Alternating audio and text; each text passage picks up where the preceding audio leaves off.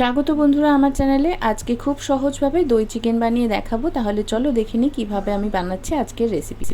দেখো বন্ধুরা, চিকেনটাকে আমি দই, নুন, চিলি ফ্লেক্স আর সামান্য একটু চিনি দিয়ে ম্যারিনেট করে রেখেছি।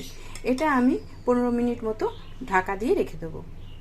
আমি এখানে একটা কড়াই বসিয়ে দিয়েছি। কড়াইতে আমি দিয়ে দিচ্ছি সাদা তেল। তেলটা গরম হয়ে গেছে, এবার আমি এতে দিয়ে দিচ্ছি আস্ত গরম মশলা একটু থেতো করে। এবার দিয়ে দিচ্ছি কিছুটা কারি পাতা। এবার আমি দিয়ে দিচ্ছি, এখানে আছে দুটো বড় সাইজের পেঁয়াজ কুচি। এর মধ্যে শুকনো লঙ্কাও দেওয়া যায়, কিন্তু যেহেতু আমাদের বেশি ঝাল খাওয়া হয় না, ওই জন্য আমি এতে শুকনো লঙ্কা দিলাম না, ছোটো বাচ্চারা খাবে। এবার আমি পেঁয়াজটা ভালো করে একটু ভেজে নেব। পেঁয়াজটা এইভাবেই ভেজে নিতে হবে, খুব একটা কড়া করে ভাজার দরকার নেই।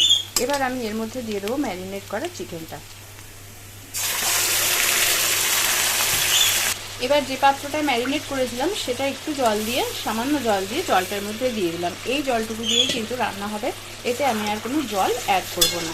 এবার এটাকে একটু ভালো করে নাড়াচাড়া করে আমি সিমে দিয়ে গ্যাসটা ঢেকে কিছুক্ষণ রান্না করব, যতক্ষণ না গ্রেভিটা একটু শুকোচ্ছে আর চিকেনটা সেদ্ধ হচ্ছে।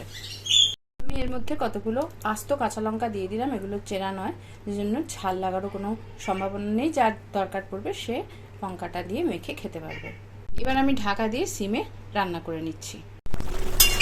ঢাকনাটা খুলে নিয়েছি, রান্নাটা হয়ে গেছে। এবার আমি আরেকটু ভালো করে নাড়াচাড়া করে নিয়ে এর মধ্যে দিয়ে দেবো ঘি।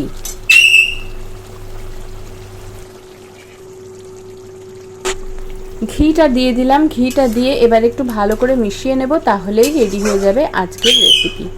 আমি তারপর সার্ভ করে দেখাচ্ছি। আপনাদের যদি ভালো লাগে তাহলে সকলের কাছে অনুরোধ রইল, লাইক করে সাবস্ক্রাইব করে আমার পাশে থাকবেন। সবাই খুব ভালো থাকবেন। দেখা হবে অন্য কোনো রেসিপি ভিডিও নিয়ে।